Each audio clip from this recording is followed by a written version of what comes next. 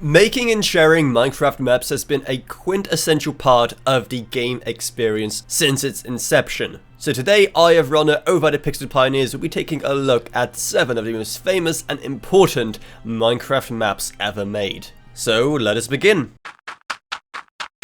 At number 7 we have the newest map in the entire list today, Terra Swoop Force. While I say the newest, it was still released all the way back in 2016, which just feels very wrong. Like, what is time anymore? It really set a new standard for what Minecraft maps could be. With spectacular visuals, plenty of custom elements from custom blocks to sounds to music and more, to absolutely mind-boggling animations that we just have not seen in Minecraft maps before, or really much since either. Starting off on a rather slow boil as you explore a scientific facility, kind of like Half-Life, you eventually get to the meat of the map, that being 3 ultra challenging elytra courses that you have to try and beat. And when I say challenging, I do mean it, and you probably die a lot. And then some more. And then even more. All while those custom death messages make you even more and more and more annoyed, but still determined at the same time to make it through, just to see what other awesome stuff you see on your way down to the center of the earth. Because the builds on the way down are just so spectacular. I have no idea how much time and energy must have gone into every single little detail you see on your way down. If you love difficult challenges, elytra courses, and just being completely blown away by what a Minecraft map could be, well, definitely try out Terra Swoop Force. It still holds up very well to this day. And it is also playable in multiplayer because misery loves company as you're smashing your face against the wall over and over and over again. I don't think this is supposed to happen. That's a great way to start a map. Oh man, I always forget just how impressive everything from Noxcur is. I mean, look at all of this awesome stuff. Look at these PCs over here. They even have like an animated little screensaver. Like, isn't that the coolest thing ever? Here we go through all the options and stuff. Okay, and I'm assuming we just press this big red button and nothing happens. Are you telling me that a map by someone like Noxcur isn't being kept up to date? Okay, let's try again and see if it helps. Oh, I can press the button now. I'm assuming this is supposed to teleport me or something, but it isn't working. The officially stated Minecraft version for this map is 1.16.4, though I assume there's more up-to-date versions for stuff like, for example, Minecraft Realms. I'm just kind of surprised that a map from someone as big as Noxcur isn't being maintained. Like, come on. It's one of your greatest accomplishments ever, or maybe apart from MCC and stuff like that, and I can't even get past the main room because this teleport doesn't work. Our next map is Herobrine's Return by Hypixel, the sequel to the famous Herobrine's Mansion, which, spoiler alert, is coming later down in this video, though I guess we kind of all expected that map to be here. The second map in the series, while not as popular as the first, really took everything to the next level in terms of builds, gameplay and overall flow as an adventure map. Being even grander in scope than its predecessor, it focuses a lot more on grand environments, storytelling and the combat, making it an unforgettable Minecraft adventure experience. Plus, it is multiplayer compatible, so you can gather your friends into an adventuring party to try and stop Herobrine once and for all. Now, this map is rather old at this point, over 11 years old that is, so it is a bit dated tech-wise, though if you get it running in a pro version of Minecraft, it is still a treat to this very day. Well, this is usually not a great start. What? Okay. Okay, so this is where I actually begin. Let's go hard mode, because why not? And let's begin with that very unassuming button. Hello, Victor. I assume you're supposed to be talking to me or something right about now, but the dialogue is broken. So, oh well, let's go downstairs. What do we have here? Oh, we have like, this is great. Instead of just like slash giving you armor, instead of having, you know, saturations and effect, instead of any events in the game to give you all your stuff, no, it's just a chest. It's just a chest with some nicely laid out stuff. I love it. It's so janky. And already this is strangely atmospheric, even though this is just like default Minecraft trees in a very simple path. Especially with the shaders, it kind of feels nice. You know, it does feel like you're going on an adventure. And you have like an adventuring party with you, you know, like I don't because I'm a loner. But just imagine, you know, having an adventuring party here with you on this little road, you know, people that aren't a zombie. And soon enough, you get to your very first town, which certainly looked impressive back when this map first released, but now, not as much. No, too fair, it's still much nicer than anything I could ever build. And I'm assuming something was supposed to happen there, because I saw some particles, but nothing has, so that's great.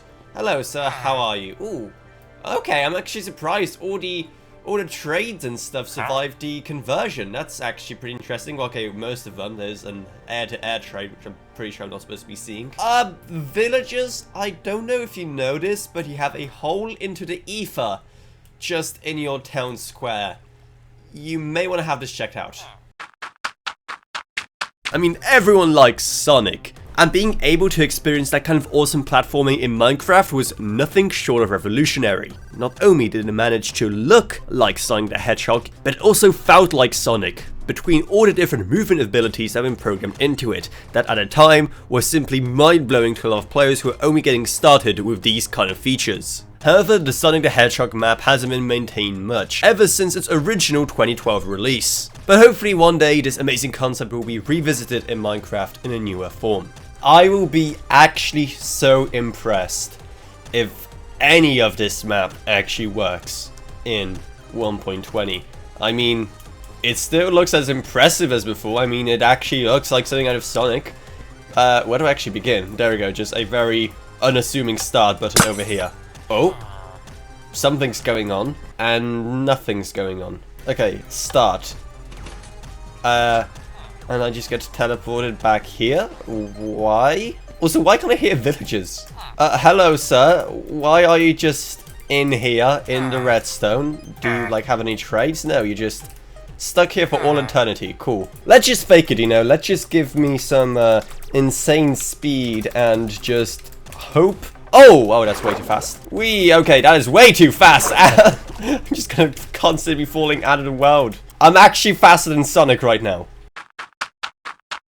Skygrid is a survival challenge by none other than Seth Bling himself, and while just the screenshots on their own do a lot of talking here, or rather they could be making you even more confused because what on earth is even going on here. It's an interesting challenge where the world is made up of grids of floating blocks, and as you make your way from one or the other, you mine, gather resources, and try to survive in this very strange world that almost looks like a file got corrupted or something, but in a cool way. And yes, the Nether is also all messed up as well, on top of the challenge of it being, you know, the Nether and kind of deadly. It's a real fun treat and a spin on stuff like Skyblock if you want a fun and engaging survival challenge that is just a bit different. Because of how basic it is still playable, even in more modern versions of Minecraft, though do keep in mind that you won't be seeing any of the many other blocks that have been added to the game since. And seeing how this was released all the way back in 2012, well, that's a lot of blocks that have been added since. Okay, seeing how I'm already somehow underwater, I don't think the conversion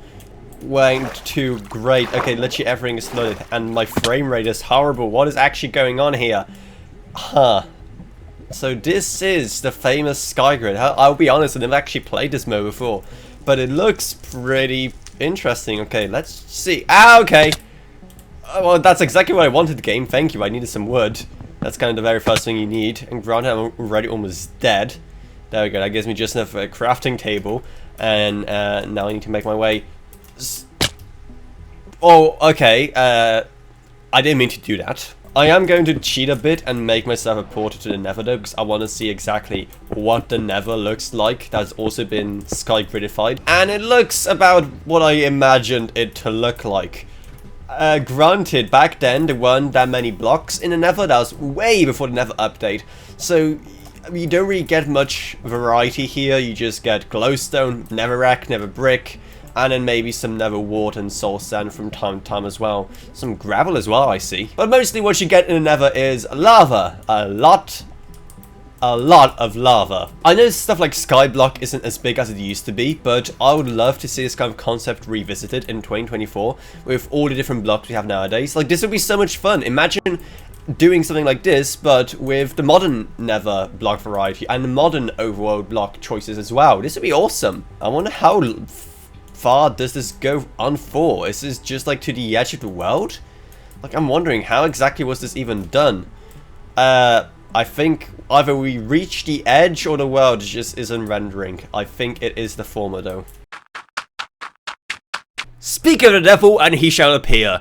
Literally, I mean, we are talking about Herobrine here. Herobrine's Mansion is one of those classic Minecraft maps which you just have to play if you consider yourself a Minecraft player, even today. It's a map that truly showed the internet what a Minecraft adventure map could be. And seeing how much coverage it got on sites like YouTube, it was also one of the first adventure maps that I've seen that really started me on my journey of wanting to create similar experiences myself. The actual mansion itself, this hyper impressive structure, or at least for 2012 standards, was in itself one of the biggest selling points. Looking mighty impressive in screenshots, but when it comes to the actual gameplay, well, it was still very solid. With equipment of different rarities, boss fights, and an overall interesting journey through the mansion and its surroundings. It is no surprise that this map ended up being as big as it is, given how solid all round it is. Though it's strange how for such an ambitious title, it feels almost rather quaint by today's standards. I guess we have just been very spoiled by things that have come since. So do yourself a favor, load up an older version of Minecraft,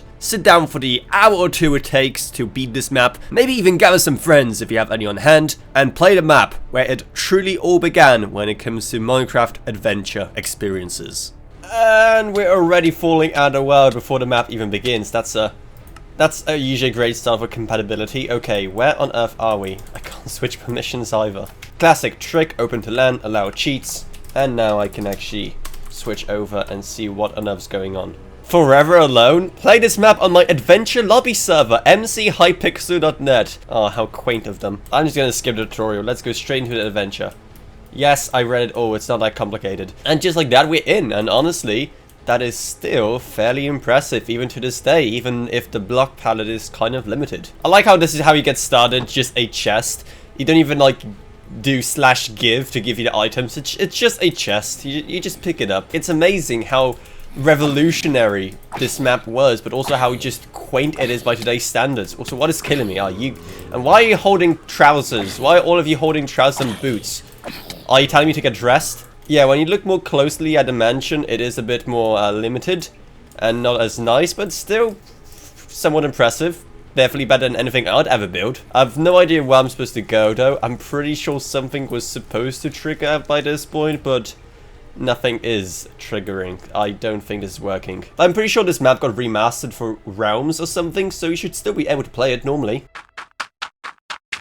The Temple of Notch is another map by Disco, and probably one of the most famous maps in all of Minecraft history.